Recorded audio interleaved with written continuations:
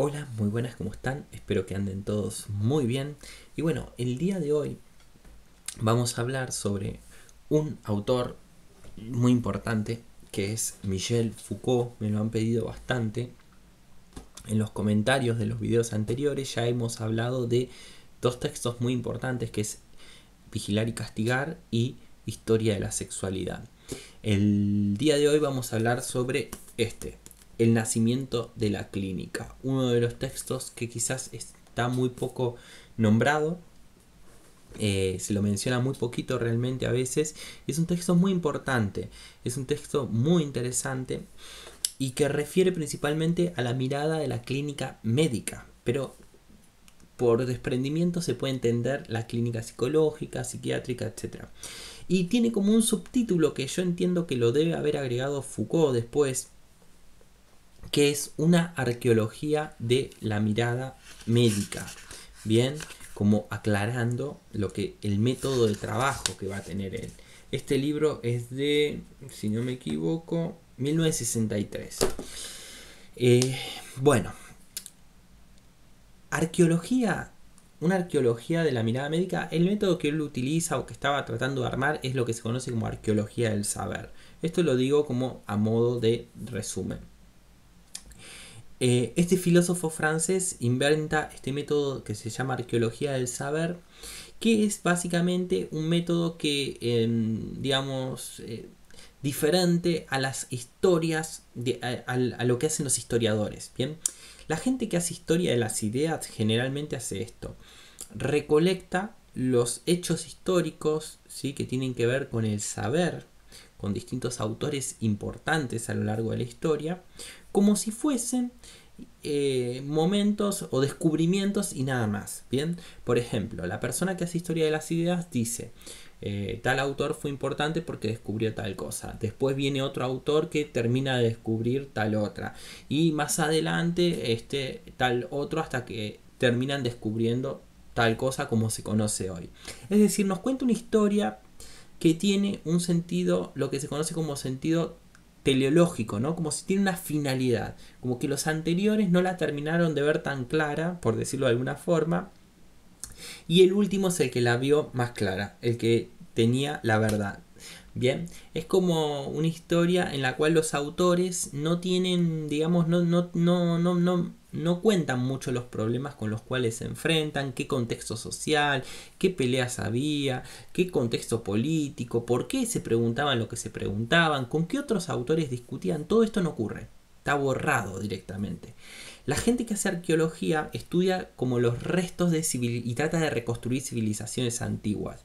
Foucault hace un poco esto, hace una arqueología, o sea, trata de reconstruir los hechos a partir de datos, documentos, y casi todo su libro son compilaciones de citas de libros y va tratando de reconstruir.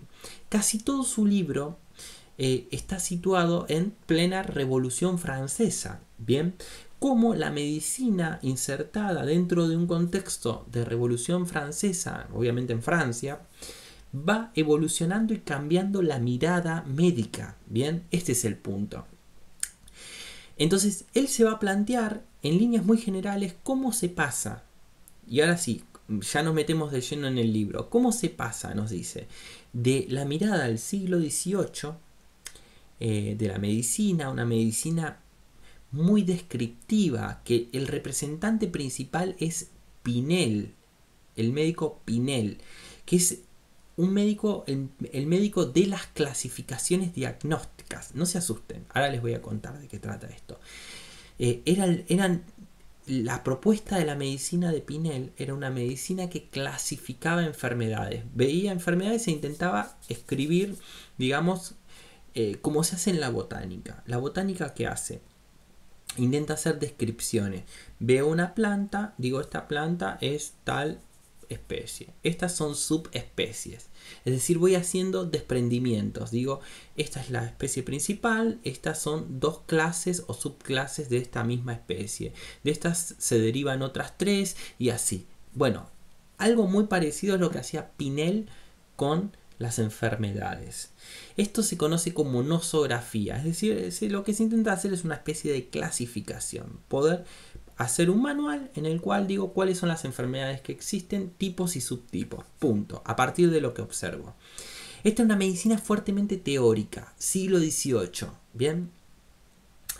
Que tenía como cierta cuestión mística, dice Foucault en el comienzo, y se va a pasar mística en el sentido de que hacían observaciones casi bizarras, hoy serían medias bizarras, pero como que veían comparaciones como por ejemplo esta parte, este moco parece un pergamino o este fluido parece un bicho.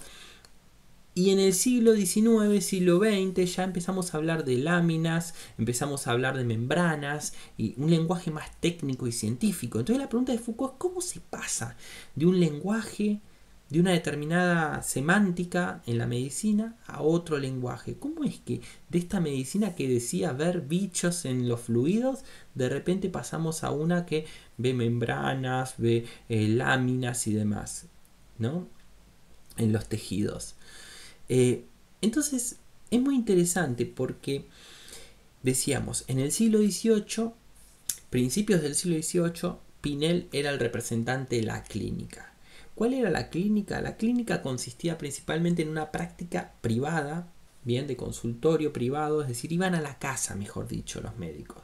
Los médicos iban a la casa de los pacientes y clínica se llamaba al hecho de que el médico se siente en el lecho, ¿no?, del enfermo al costado de la cama y escuche lo que le aquejaba al paciente. La herramienta principal que tenía un médico de aquella época, de esta medicina, llamémosla clasificatoria, bien, de esta clínica clasificatoria de la observación, ¿cuál era? La mirada era su principal herramienta. Observaba al paciente, lo escuchaba también, observaba, ¿qué observaba? Signos, por ejemplo, si tenía fiebre, un moretón, etc. Y escuchaba al paciente. ¿Qué escuchaba? Los síntomas. Los síntomas es la parte subjetiva, la queja del paciente. El signo es tengo un moretón, pero el síntoma ¿cuál es? Me duele acá. Este es el síntoma. Bueno, y a partir de eso trataba de hacer encajar todo lo que le decía al paciente en las categorías que tenía. Esto que hablábamos de Pinel recién, ¿no? Se armaban categorías diagnósticas y se escuchaba al paciente, se trataba de hacer encajar dentro de una categoría y le decía, usted tiene tal cosa. Bien. Esa era la medicina clasificatoria de la época.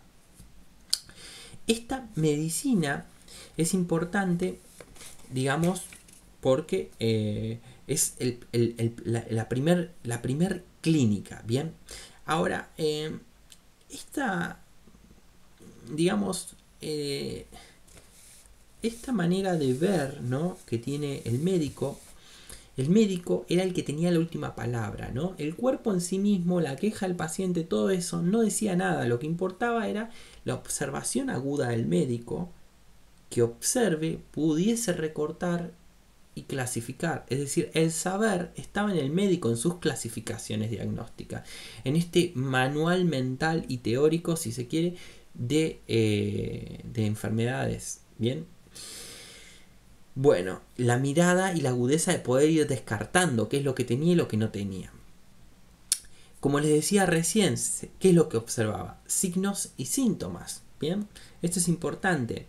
El cuerpo en sí mismo no tenía una importancia. Localizar los síntomas o localizar las enfermedades en alguna parte del cuerpo, como decir una pulmonía es un tema del pulmón, por decirlo de alguna manera, no tenía mucho sentido para esta medicina, porque esta medicina, lo que planteaban ellos también era lógico. Ellos decían, muchas enfermedades, por ejemplo, puede comenzar con un dolor acá y después empezar a extenderse a otra parte del cuerpo. Entonces, es medio inespecífico tratar de buscar una parte, un órgano específico donde se aloje la enfermedad. Entonces descartaban esta idea. Pero en un momento dado, esto no les importaba.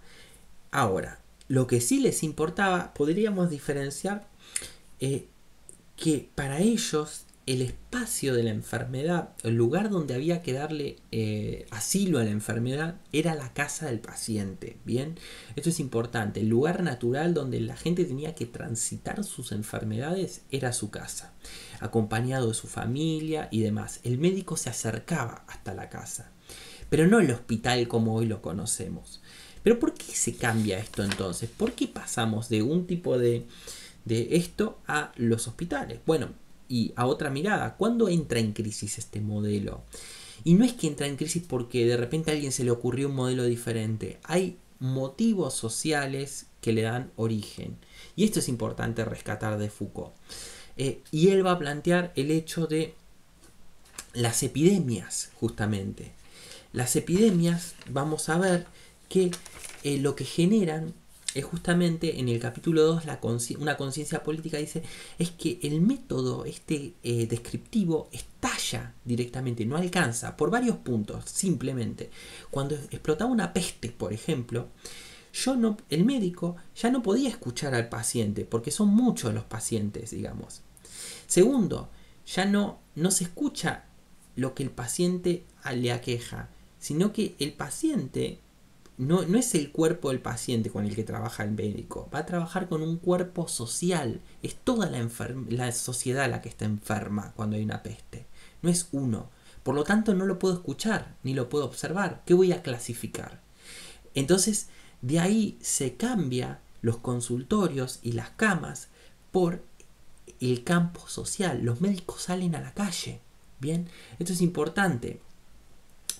Entonces, ¿qué es lo que empiezan a hacer los médicos? Empiezan a trabajar en distintas comunas, a observar cada uno su comuna, su distrito, y a cruzar datos. Por ejemplo, en una comuna están todas las personas vomitando, en otra están todas con fiebre. Cruzan los datos. Se empieza a armar una especie de política entre los médicos, una suerte de lógica política de control, donde se vigilaba a la gente también. Dentro de las epidemias es importante lo que es las cuarentenas, lo que es la prescripción médica, pero con una ayuda del Estado. El Estado empieza a escuchar a los médicos y le empieza a dar poder para decidir sobre lo que tiene que hacer. Es decir, la medicina empieza a contar con el control estatal, con la ayuda de los militares y de la policía para poder controlar a la gente que no salga de su casa en época de epidemia. Se empieza a pensar la salud como algo importante a nivel social y por lo tanto se empieza a escuchar más a los médicos. Esto es importante, ¿por qué? Porque en el siglo XVIII estaba lleno de charlatanes. Los médicos competían con los chamanes, con los brujos, con los religiosos, con un montón de gente, pseudo médicos, sin formación. Por eso digo que es importante. El Estado le empieza a prestar atención a los médicos, a la medicina. Y los médicos empiezan a tomar otra forma de actuar. Ya no es te doy un medicamento o te doy un remedio. Empiezan a tener, por ejemplo, a marcar, decir a la sociedad cómo tiene que actuar, cómo tiene que higienizarse, qué modos de vida son correctos. Le empiezan a prescribir qué es lo que tienen que hacer en la cotidianidad, ¿no? Empiezan a prescribir pautas de comportamiento para que las personas lleven a cabo en el interior de sus hogares. Cambia la mirada de la medicina y el enfoque de la medicina de un enfoque centrado en el paciente a un enfoque social y un enfoque prescriptivo que a través del Estado permite establecer un control sobre lo que se debe hacer y lo que no se debe hacer en política desde la política de salud.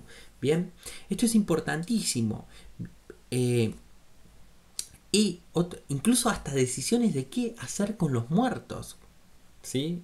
Que hay en las epidemias. Pero me importa lo siguiente, que casi la medicina de las epidemias es lo contrario de la medicina clasificatoria de Pinel, que les contaba antes. Es casi lo contrario. Entonces, y empieza a tener cada vez más control sobre la estructura social los médicos. Entonces acá va a haber algo muy importante, que es que surge una mirada de un médico casi con decisión política, que toman decisiones sobre la política, que son escuchados desde el Estado y que tienen también un cierto trabajo en conjunto con los militares y la policía. Y también, no solo esto, sino que también van a empezar a separar lo normal de lo patológico. ¿Por qué? Porque empiezan a prescribir pautas en el día a día de lo que las personas deben hacer, ¿sí? Como por ejemplo lavarse las manos, bañarse 2 veces al día, en una situación de peste, por ejemplo, no consumir determinados alimentos, etcétera. Y empieza a haber un corrimiento donde empiezan a prescribir también cuestiones de salud y no trabajar directamente sobre la persona que ya tiene el virus, sino cómo prevenirlo. Una medicina enfocada en el desarrollo de hábitos saludables, ¿sí? Entonces la medicina no solo aborda lo patológico, sino también lo normal va a intentar explicar. Y esto va a tener un fuerte impacto sobre todas las ciencias que van a estudiar al hombre, lo que son las ciencias sociales en un futuro, la idea de lo normal y lo patológico. Si les interesa este tema, les voy a sugerir un autor, no está en el texto, no lo menciona Foucault, pero es un referente. Justamente por el mismo año escribió un texto que se llama Lo normal y lo patológico, que se llama Georges Candilein, que estuvo incluso en la misma universidad que Foucault. Se los digo como dato de color, es muy interesante ese autor, léanlo, pero bueno, no importa. Empieza a definir la medicina un hombre modelo, ¿sí? Es un hombre que no enferma, empieza a prescribir sobre estas cuestiones. Entonces, acá lo importante es lo siguiente. Esta medicina va a tratar de evitar los contagios, ¿bien? Va a tener una fuerte impronta. Acá hay algo importante entender, ¿sí? Que cuando aparecen las épocas de epidemia tenemos un problema también. Tenemos varios problemas acá. Ustedes piensen lo siguiente, se empieza a plantear que la medicina es algo importante. Plena época de revolución, ¿sí? Es algo importante, pero a la vez no está regulada, porque hay un montón de otras pseudo medicinas y pseudo disciplinas que también estudiaban o trataban de curar a las personas, incluso con resultados catastróficos. Entonces los médicos empiezan a pedir cada vez más que haya un lugar, que sean ellos los que manejen el saber sobre la salud. Es decir, empiezan a tratar de juntarse, colegiarse, que haya una facultad donde se enseñe y demás. Empiezan a tener un poder médico. Empieza a tratar de exigirle al Estado que ese saber médico sea cuidado por el Estado, protegido por el Estado, ¿sí? De esta manera, instaurando, bueno, los médicos tienen que estudiar tantos años, los médicos tienen que hacer determinado tipo de capacitaciones, etcétera, etcétera. Entonces, ¿qué pasa? No permitirle trabajar en salud a otras profesiones que no son médicos. Bueno, entonces empieza a aparecer un problema, que es dónde se enseña medicina, por un lado. Por otro lado, piensen que era casi contradictorio con los valores liberales también. Entran en contradicción con valores liberales, porque van en contra de la libre competencia. El Estado no quería meterse en eso, no quería meterse a darle poder a proteger a la medicina, bien, pero lo terminan aceptando. ¿Por qué? Porque habían estas cuestiones de las pestes, las guerras y demás donde se necesitaban los médicos. Entonces, ¿qué pasa? El problema que surge es dónde enseñamos medicina, en la universidad o en los hospitales. Y acá va a haber una división tajante, que es que en las universidades tenían fuerte impronta academicista, porque en las universidades no había acceso a los cuerpos. Entonces el saber que se constituía ahí era teórico, era como esta medicina de Pinel, ¿no? Esta medicina que era, si se quiere, una medicina teórica, clasificatoria. En cambio, en los hospitales, como se empezaba a ver directamente a las personas, el contacto directo, se empezó a construir un saber diferente, que tenía que ver con la anatomía.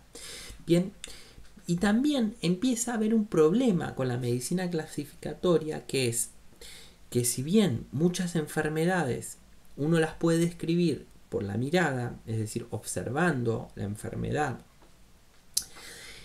el problema es que muchas enfermedades presentan los mismos síntomas. ¿Cómo las diferencio? Y ahí es donde hay una necesidad de recurrir al sustrato orgánico. ¿Bien? Por primera vez aparece la importancia, el cruce de la anatomía con la medicina. Y el representante principal de esto ya no va a ser Pinel, sino Bichat. Bichat es el principal representante de esto. De esta medicina, digamos, basada en la anatomía. Se empieza a tomar el cuerpo, principalmente la disección de los cadáveres. Se suele decir que la medicina no podía avanzar porque los religiosos o las iglesias no permitían, el uso de cadáveres era mal visto. Es mentira esto, según Foucault. Incluso las mismas iglesias ya habían permitido esto y permitían proporcionar cadáveres para el estudio. Lo que pasa es que el estudio de los cadáveres estaba destinado a otra cosa, que era estudios más relacionados con la biología. Bien, de hecho Bichat era biólogo también. Era estudiar los órganos como para poder armar manuales mostrando cuáles son los órganos del cuerpo, de la persona, de los animales, etc. Más desde ese lado, pero no desde el punto de vista de cómo curar a un paciente. Muy tardíamente se terminan de cruzar estas dos partes. Bichat empieza a tratar de ubicar lesiones en el cuerpo. Empieza a tratar de ubicar lesiones que den cuenta de la enfermedad. Es decir, la enfermedad ya no es un conjunto de síntomas observables, lo que, como puede ser la fiebre, un moretón, una tos, etc., sino que la enfermedad pasa a ser la lesión que reside en el cuerpo. Encuentran a través del método anatómico el sustrato material de una enfermedad. Y Bichat es el representante principal.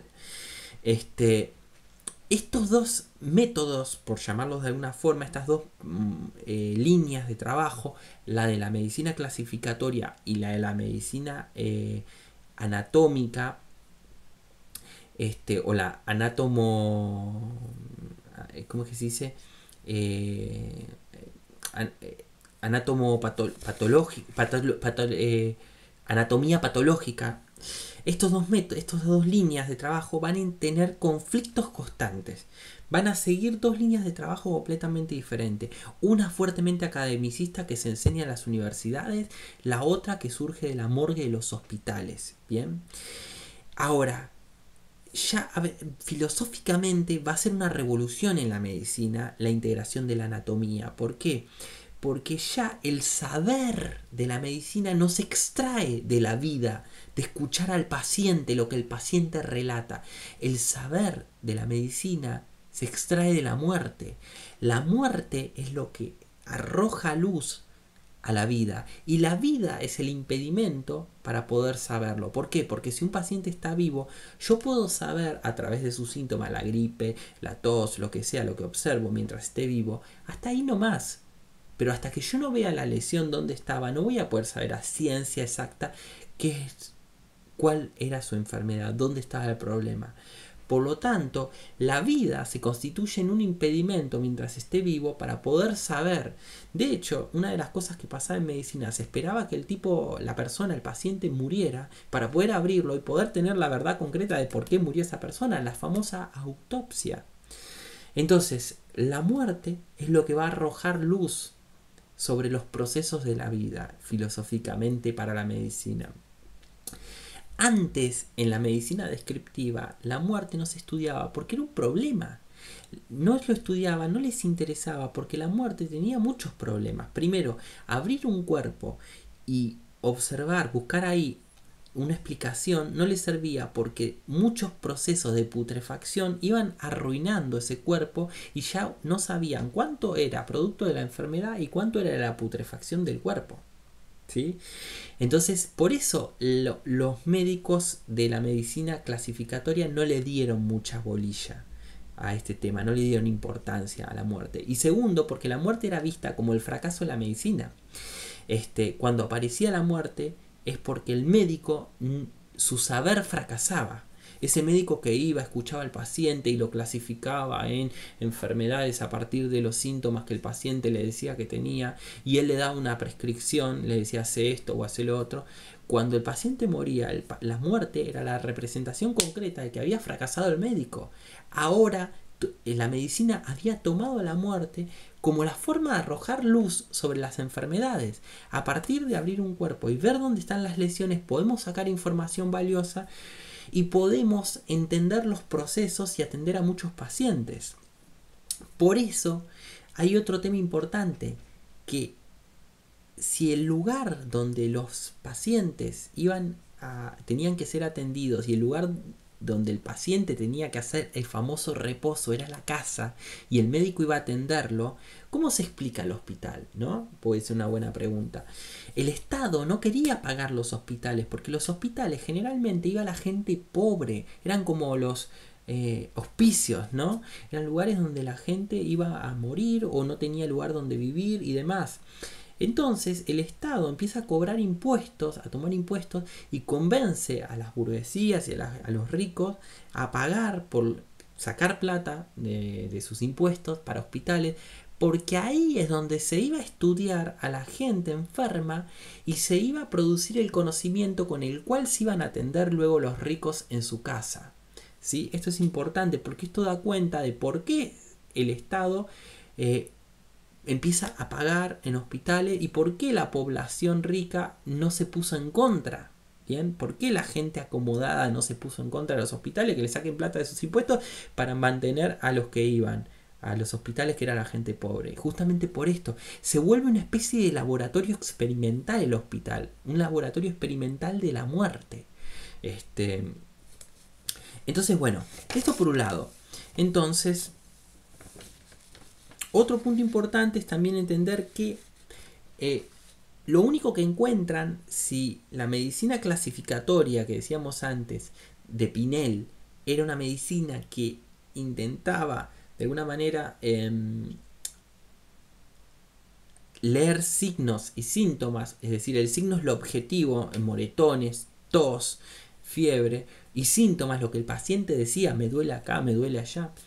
En la medicina anatómica, bien, en la anatomía patológica, solamente va a haber signos, porque el muerto no habla, es así de sencillo. Entonces, la medicina empieza a enfocarse en buscar lesiones principalmente ya, no tanto en escuchar al paciente. Todo el tiempo buscar lesiones, y pasamos de una medicina donde el médico escuchaba, y esto lo pueden haber vivido alguna vez en carne propia, donde tenemos los médicos que escuchan al paciente, qué le pasa, cómo se siente y demás, y tenemos los médicos que dicen dónde le duele, ¿no? Entonces pasamos a una medicina que le importa solamente el paciente, en tanto en su organismo hay una enfermedad. Bueno, el punto es que esto va a entrar en muchas contradicciones, por decirlo de alguna forma. Van a haber peleas entre estas dos ramas, estas dos enfoques de la medicina, y va a llegar a un punto en el cual van a entrar en crisis las dos, básicamente, que va a ser las fiebres, ¿no? El capítulo que va a mencionar a las fiebres. ¿Por qué entra en crisis? Porque la medicina, digamos, la fiebre es un buen ejemplo de un problema en el cual no reside en una localización anatómica. No hay un lugar específico, es completamente difuso. Uno no puede abrir un cuerpo y ver la fiebre. Y por otro lado, a la medicina clasificatoria,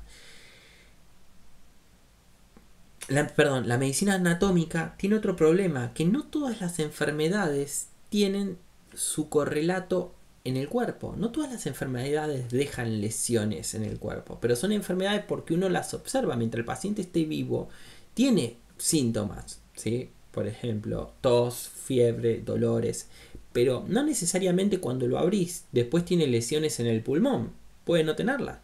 Entonces la medicina esta basada en la anatomía empieza a tener como una suerte de crisis con estos tipos de casos. Las enfermedades sin lesiones orgánicas. Y por otro lado,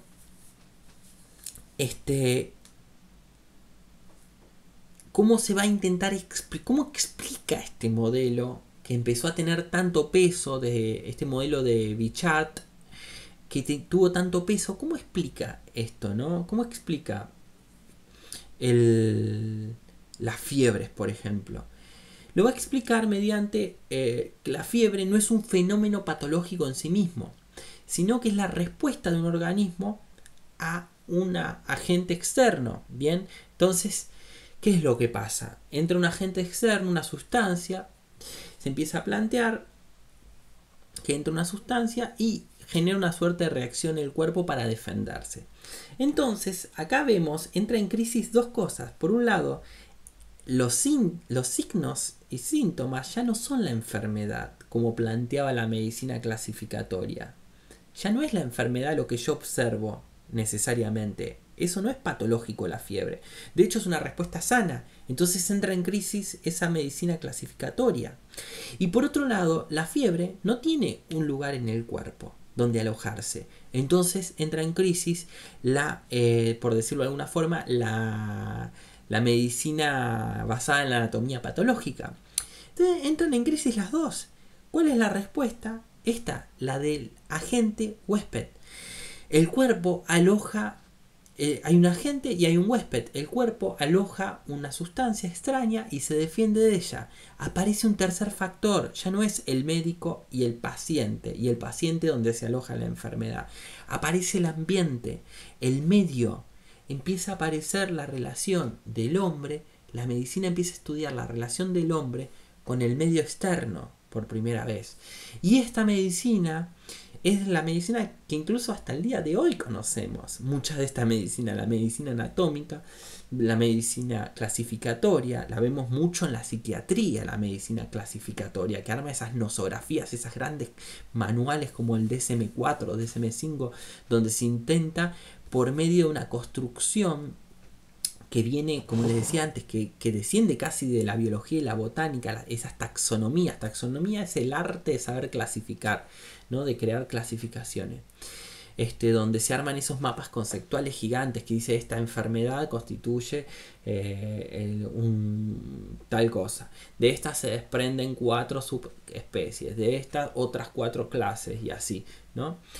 Bueno, esto deriva todo de esta forma de hacer medicina como hacía Pinel. Después tenemos la otra medicina que es la anatómica, que es la que hace las autopsias. Todavía hay una medicina que busca lesiones en el cuerpo, que es la que hace las cirugías también, ¿no? La cirugía es la pretensión de querer encontrar un saber bajo esta mirada de la medicina de anatomía patológica. Es decir, se intenta hacer la persona viva sea lo más parecido a un muerto por un rato para poder analizarlo y arrojar algo de luz de lo que está pasando. Y después esta última medicina que es la del agente huésped. Está la persona, pero también está el virus. Hay que tomar en cuenta el ambiente, que la vemos muy claramente en estas pandemias como están ocurriendo ahora en el 2020.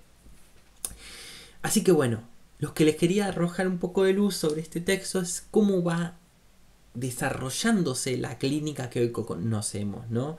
Cómo va pasando del lecho del médico clínico que escuchaba al paciente al lado de la cama, iba a la casa, se sentaba, ¿qué le pasa?, le preguntaba, y el relato del paciente lo organizaba mentalmente con su modelo teórico, a cómo pasa a los hospitales de repente, a llegar los pacientes a los hospitales y ser una suerte de objeto de observación donde su máximo esplendor era la muerte. Cuando moría lo podían abrir, analizarlo de una manera casi científica y buscando las lesiones que den cuenta de lo que le pasaba concretamente, donde se pasa de un modelo donde se trabaja con lo vivo, escuchando al paciente que habla el relato de esa persona que está viva, a un relato de la persona que muere, ¿sí? Donde el relato del cuerpo, las huellas del cuerpo, ¿no? Hacer hablar a la muerte para que nos dé luz sobre lo que ocurre en la vida, ¿sí? La muerte nos arroja información valiosa para entender las enfermedades que le acontecen a los vivos, ¿sí? Entiendo las lesiones y sé cómo puedo trabajar con las personas vivas. ¿Y cómo se pasa de esa mirada hospitalaria también en el camino a trabajar la medicina en el control social junto al Estado en estas épocas de pandemia, codo a codo? Sin duda es necesario, no digo que sea una cuestión conspirativa, porque lejos de eso es, digamos, son las ciencias de la salud, promueven también cambios en las personas y ayudan mucho al bienestar de las personas, pero bueno, la mirada de Foucault lo que le importa es la cuestión también de poder, cómo se juega el poder, cómo obtiene poder la medicina para poder trabajar sobre el conjunto social, porque por más, aunque haya conocimiento teórico, si la medicina no cuenta con el apoyo del Estado, no puede intervenir sobre las personas, en los casos, por ejemplo, de pandemia o epidemia. Y después, ¿cómo se pasa a este modelo que conocemos hoy en día, que es el de agente huésped, donde la persona sería el agente, sería donde se aloja, y el virus o la bacteria es el que se aloja adentro de la persona, en un órgano específico, produciendo una enfermedad específica, dependiendo de dónde se aloje, dependiendo de qué tipo de sustancia, dependiendo de qué clase de bacteria, y ahí volvemos a la medicina de la clasificación, etcétera, etcétera. Bien. Bueno, la construcción de la medicina que conocemos está lejos de ser un montón de descubrimientos de microscopio y de saco blanco. Es una lucha de poderes, de discusiones, quién tiene el saber, quién no tiene el saber, de quienes brindaban respuestas a los problemas sociales de cada momento diferente. No es lo mismo en el momento en que las personas no enfermaban de pandemias que cuando enferman de pandemias, que cuando es necesario regular la profesión porque está lleno de charlatanes por ahí que intentan curar a las personas también, aparte de los médicos. Digo, distintos momentos, distintas problemáticas. Están las peleas dentro del campo interno de la medicina, los clasificadores con los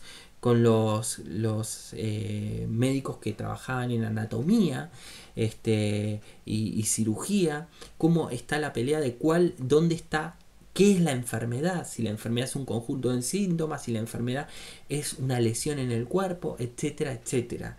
Si la enfermedad es una sustancia externa que entra en el cuerpo, ¿cuál es la enfermedad? Todas estas discusiones sobre el saber en última instancia tienen que ver porque los que tienen razón o los que pueden llegar a tener razón son los que van a tener poder, son los que van a poder intervenir y los que van a hacer el discurso válido para intervenir sobre el hombre y trabajar. Bien, por eso es importante entender esto. De esta manera se entiende por qué llega a ser lo que es hoy la medicina. Así que bueno, esta es la idea central del libro. Nos hemos extendido un poquito, ameritaba, es un texto complejo, no se mezclen cuando lo lean con toda la terminología médica, no traten de entender la parte médica, traten de leer principalmente en clave de esto, ¿no? Las discusiones, quienes discuten, los representantes principales, Pinel, Billat, el método de clasificatorio de la medicina, el método anatómico, si reside en la observación de los signos y síntomas, si reside la enfermedad en el cuerpo, si se hace hablar al paciente, si se observa el cuerpo y no se le da importancia al paciente, si se trabaja con la vida, si se trabaja con la muerte. Tengan en clave esto, si se estudia en la universidad, si se estudia en el hospital, etcétera. Bien, esto como claves para poder entenderlo. Así que bueno, terminamos por hoy.